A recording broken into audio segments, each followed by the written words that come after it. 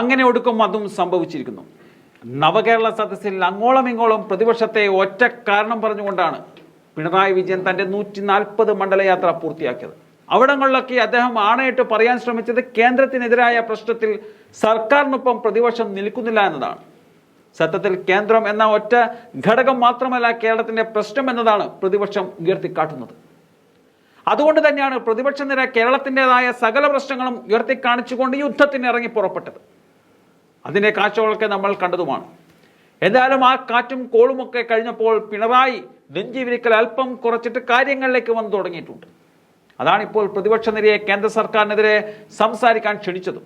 കേന്ദ്ര സർക്കാർ ഒരു തരത്തിലും കേരളത്തെ സഹായിക്കില്ല എന്നുള്ളത് കൊണ്ട് തന്നെ ഈ സംസ്ഥാനം നേരിടുന്ന ദുരനുഭവങ്ങൾ സുപ്രീം കോടതിയിൽ വരെ സർക്കാർ ഇപ്പോൾ എത്തിച്ചിരിക്കുകയാണ്.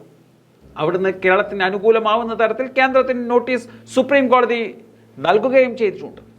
കൂടാതെ സാമ്പത്തിക ഞെരുക്കം കാരണം സാമ്പത്തിക അടിയന്തരാവസ്ഥയിലേക്ക് സംസ്ഥാനത്തെ പ്രഖ്യാപിക്കാനുള്ള കടുത്ത തീരുമാനത്തിലേക്ക് വരിക എത്തിക്കുന്ന തരത്തിലേക്ക് ഗവർണറുടെ സമീപനവും ഉണ്ടാവുന്നുണ്ട്. ആ അവസരത്തിലാണ് പിണറായി പ്രതിപക്ഷത്തിന്റെ സഹായം തേടിയെത്തിയിരിക്കുന്നത്. അതിന് ഉദാഹരണമാണ് കേരളത്തിന്റെ അവസാന പാദ കടമെടുപ്പ് പരിധി ദിവസങ്ങൾക്ക് മുമ്പ് കേന്ദ്ര സർക്കാർ വെട്ടിക്കുറച്ചിരിക്കുന്നത്. ഈ ഇനത്തിൽ 5600 കോടി രൂപയാണ് വെട്ടിക്കുറച്ചത്.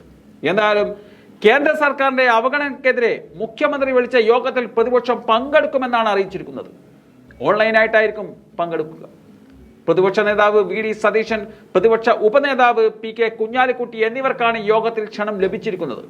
എന്നാൽ മുൻകൂട്ടി തീരുമാനിച്ച യോഗം ഉള്ളതിനാൽ ഓൺലൈൻ ആയിട്ടായിരിക്കും പ്രതിപക്ഷ നേതാവ് വി.ഡി. സതീശൻ പങ്കെടുക്കുന്നത്. അതും UDF ഘടകകക്ഷികളോടുകൂടി ആലോചന ശേഷം മാത്രമായിരിക്കും.